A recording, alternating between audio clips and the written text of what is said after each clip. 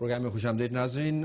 بھائی صاحب, آپ کچھ کوئک کلیریفیکیشن کرنا چاہ رہے تھے اس معاملے کے اوپر کہ ایف آئی آر کے لیے اس قانون کے تحت عینی شاہد ہونا ضروری نہیں ہے, کچھ آپ کوٹ کرنا چاہیں. جو پاکستان کا قانون ہے سر, اس میں ایک سیکشن ہے 54.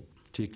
اگر آپ ٹیلی فون کے اوپر بھی ایس ایچ او کو یہ انفارمیشن دیں کہ یہ وقوع ہو گیا جو قابل دستاندازی ہے تو he is bound to register the case, لیکن یہ یہاں مت مکس کرے کہ ایف آئی آر درج ہو گئی تو وہ مجرم ہو گیا. ٹھیک.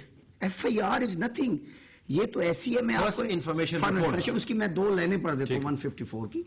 Information in cognizable cases, every information relating to a commission of a cognizable offence if given orally, اگر زبانی دیے, to an officer in charge of a police station, کوئی بھی ہے ایسا چور, shall be reduced. word shall ہے, may نہیں ہے, اختیار نہیں ہے اس کا. he has to reduce, mandatory reduce information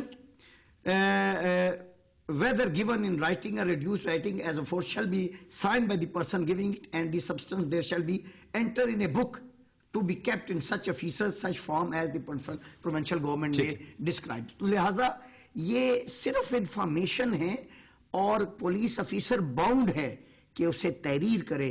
بعد میں انویسٹیگیشن اگر یہ سمجھتا ہے کہ یہ جھوٹی ہے تو نہ کرے. 154 ضمن 2 ایک پروویژن ہے, وہ روک سکتا ہے کہ یہ جھوٹی ہے, لیکن درج کرنا ضروری ہے. ڈاکٹر صاحب, ایک صرف نقطہ اسی زاویے سے, قانون کے اندر ہم نہیں رہنا چاہتے, عمومی ہم بات کرنا چاہتے ہیں فی الحال, کہ یہ عام معاملہ تو نہیں ہے. لہذا اگر عام معاملہ نہیں ہے, یہ خاص الخاص معاملہ ہے, تو پھر یہ عام ایف آئی آر بھی نہیں ہوگی. یہ کوئی کسی کی گائے کا مسئلہ نہیں ہے, کسی کی سائیکل کا مسئلہ نہیں ہے, یہ توہین رسالت کا معاملہ ہے, اور ایک ایسے ملک میں جو 97% مسلمانوں پر مبنی ہے, یہ 97.5%. کیا آپ کے خیال میں اسلامک جورسپروڈنس کے اندر, اسلامک جسٹس کے اندر, جس کے خلاف اس قسم کی ایف آئی آر ہو گئی, اس کو تحفظ فراہم ہو سکتا ہے بعد میں, نہیں ہو سکتا؟ دیکھیے, قانون کا مقصد ہے کہ تحفظ فراہم ہو, یہ آبجیکٹو ہے قانون کا. اس لیے جو بھی قانون ہوگا, شریعت کا قانون, اس میں لازمی طور پہ جس کے خلاف ایک الزام لگایا جا رہا ہے اس کو تحفظ پورا ملے گا اور ملنا چاہیے. ایک بات یہ بھی ذہن میں رکھیے کہ ہم بہت بڑھ جاتے ہیں قانونی باریکیوں میں. میں سمجھتا ہوں اصل مسئلہ محض قانون کا نہیں ہے, اصل مسئلہ ہے اس عدم تحفظ کا, اس بے روزگاری کا, اس نفسیاتی سیٹ اپ کا جس میں لوگ وائلنس پر آمادہ ہوتے ہیں. ٹھیک. اگر قانون کا احترام, عدالتوں کا مقام وہ ہو جو ہمارے ہونا چاہیے, تو کوئی سا قانون ہاتھ میں نہیں لے گا. لوگ یہ سمجھتے ہیں کہ ہم نے مقدمہ درج کیا مقدمہ تو 10 سال تو پیشی نہیں لگے گی.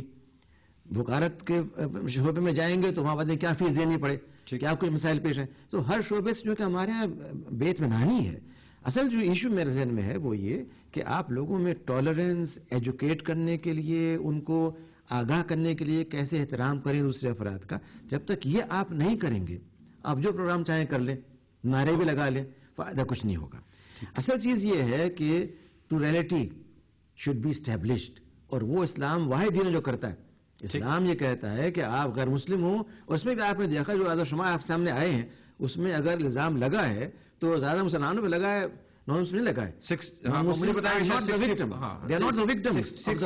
اچھا, ذرا انویسٹیگیشن پہ واپس آتے ہیں. جیسے صاحب ذرا معاملے کو آگے لے کے چلتے ہیں. اس کے بعد جو تحقیق, جو انویسٹیگیشن ہوتی ہے, تفتیش جو ہوتی ہے, حقائق اور معروضی معاملات میں سے اخذ کرتے ہیں, وہ اس کا کیا ہے پاکستان کے اندر, اس قانون کے تحت کیا ہوتا ہے؟ دیکھیں طلعت صاحب, بات یہ ہے کہ پولیس انویسٹیگیشن جیسے ہوتی ہے آپ کو پتہ ہے, اور یہاں پر توہین رسالت کا جب کیس ہے, کوئی بھی ایف آئی آر فائل ہو جائے, غلط صحیح جھوٹی سب کچھ, اس میں پولیس پہ بھی اتنا پریشر ہوتا ہے, اس میں ججز پہ بھی اتنا پریشر ہوتا ہے کہ نہ پراپر انویسٹیگیشن ہوتا ہے اس کا, نہ اس کا پراپر کیس چلتا ہے, کچھ بھی نہیں ہوتا ہے. جو پروفیسر صاحب کہہ رہے ہیں مانتی ہوں کہ وہ سب تھیوری ہے.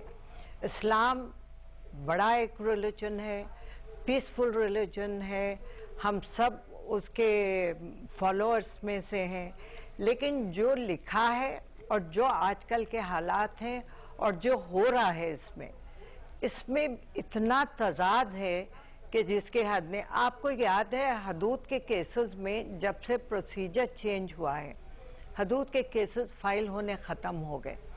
اس کے اندر پروسیجرل چینجز سب سے پہلے ہونے چاہیے جو کہ اسلامک میں دوبارہ بات کروں گا کیونکہ ہم میں سب سے کم علم ہوں اس تمام نشست کے اندر، لیکن پھر بھی میں سمجھتا ہوں کہ ہمیں معلومات، بنیادی معلومات، پروگرام کا بنیادی معلومات، انویسٹیگیشن انڈر دس لا کون کرتا ہے جو موجودہ قانون ہے بلاسفیمی لا؟ لیکن اب پولیس کے پاس FIR آتی ہے، جیسے کہ پرنسپل صاحب نے ابھی خود کہا کہ پولیس انویسٹیگیٹ کرے گی. پولیس کا کون سا افسر انویسٹیگیٹ کرے؟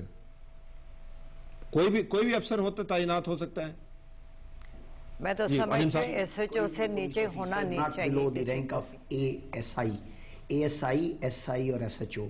جو FIR ہوگی ایک ڈیوٹی افسر ہوتا ہے، وہ ڈیوٹی افسر اس FIR میں اگر کوئی ملزم گرفتار ہوا ہے تو 24 گھنٹے کے اندر اندر اس کو مجسٹریٹ کے پاس پیش کرے گا. ٹھیک.